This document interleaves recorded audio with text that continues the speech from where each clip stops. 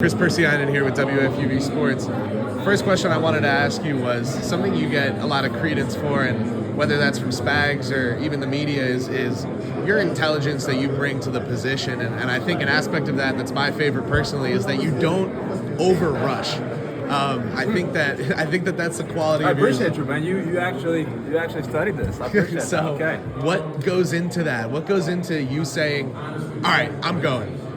You know, with Spags, it's all about staying disciplined at the end of the day. You know, I think we pride ourselves in being a very disciplined unit, and one that doesn't allow the quarterback to escape, and one that executes our assignment. And I think whatever success we've had is based on, in large part, to the defense and into the discipline of our defense and our group, the trust in each other. But, you know, for me, it's all about discipline. You know, knowing where you could take a chance. You know, maybe rush a little bit up higher upfield, for example, or when you got to go really powered, really contain the quarterback. You know, that's based on game plan, that's based on the call, and just having that experience really of when and knowing when to do what. You know, coming as a rookie, you know, you don't really have that, but now second year, third year, you know, you continue to grow in this league and to have those experiences. I think that's what helps. I was talking to Spags earlier, and mentioned the father figure thing, right? Yeah. Like that he's a big influence on you. Can you expand on that a little bit again? Just what it's like to have him around on a day-to-day basis. Just the love, you know, like you could tell that Spags loves each and every one of us like so much, like we're his kids, man. Like, and I don't know if there's a way to like convey that necessarily, but you can just tell that he loves us and cares for each person, whether it's a guy like Chris Jones that's going to be a Hall of Famer or a rookie on the practice squad. He loves each and every person the same. He cares for each person. He wants every person to succeed. And at the end of the day, he runs a program that starts with that faith, that love, and that trust in each other. And then everything kind of takes care of itself from there. But I'd just say that, man, it's hard to put into words, but just you could feel it when you're around him and you play for coach. Last quick one, your favorite thing about the longer half times and breaks? The favorite thing? We just get to settle down, you know, just like, you get to process, take a deep breath, process what's happened. You know, you get to, you know, if you need whatever body work done, great. You know, roll out. Then you get longer to do whatever adjustments are necessary. You get the chance to rest up a little bit, and I'd say just that. George, thanks so much for the time. Absolutely, thank you, man. WFUV Sports as well at Fordham. You know, 7th round pick just a couple years ago. Now you're an impact player in a team that's going to the Super Bowl. Do you have any advice for other players who may have gotten drafted in later rounds that want to have the same rise as you've had in the past couple years? Yes, no matter where you go, it's going hard every day. You get out there on that field, they're going to strap the cleats up just like you do. It's a game. We love competing. Leave it all out there on the line. Eliminate those distractions so you can focus on you, your family, and whoever it may be. Give respect so you give respect. Thank you. Kris Pursiainen here with WFUV Sports, Fordham University Student Radio. I was talking to Spags yesterday. He was very smiley talking about you, told me you're his guy and how you're really one of his major chess pieces where he's got plays he couldn't draw up if he didn't have you out there. Do you feel that pressure being out there, or are the double teams enough pressure? There's no pressure. For me, it's about preparation. Knowing my role, knowing the importance of me being disciplined on this defense, and executing to my highest ability. Do you feel a trust from Patrick and the offense that has developed with your relationship over time? You know, the other day Patrick said punting, can be a good thing because you can trust the defense. You flip the field, and I feel like that's the first time I've ever heard him say something like that. Yeah, I think we gained that over the course of time. It took a lot of 4th and 1s or a lot of turnovers on downs to kind of trust that we got your back no matter what. So I think we're still growing as a team, and we're just going to continue this journey and continue getting better. Two things about this team a little bit different, not only from the last rematch in the Super Bowl, but your guys' appearances in general. I'd say the youth and the defensive back rooms are the two major differences. Either of those kind of stand out to you? Like you can lean on your DBs a little more. There's some more young blood around the locker room? Yeah, I mean, when you look at it, we got a cornerback who should have been All-Pro in L'Jarius Sneed, and we got a nickel who was All-Pro. And when you have 2 All-Pros in one room, the younger guys are able to gravitate towards that and progress a little faster than they normally would. Kris Pursiainen here with WFUV from Fordham. You guys had your chairman and CEO, Clark Hunt, go on Good Morning Football this morning, and he talked about how he had some conversations with you this season.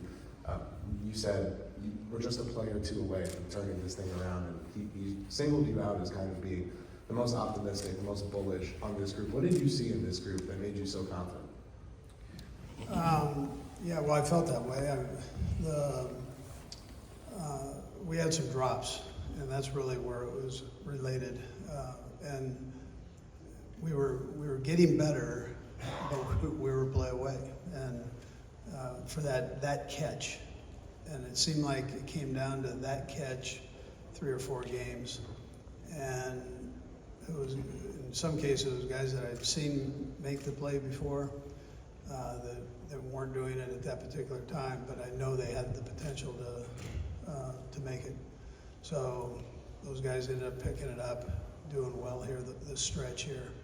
And then we had a young guy, Rice, who Rashee game was getting better every week. And that's such a key ingredient when you have a Kelsey on the other side, that inside slot receiver.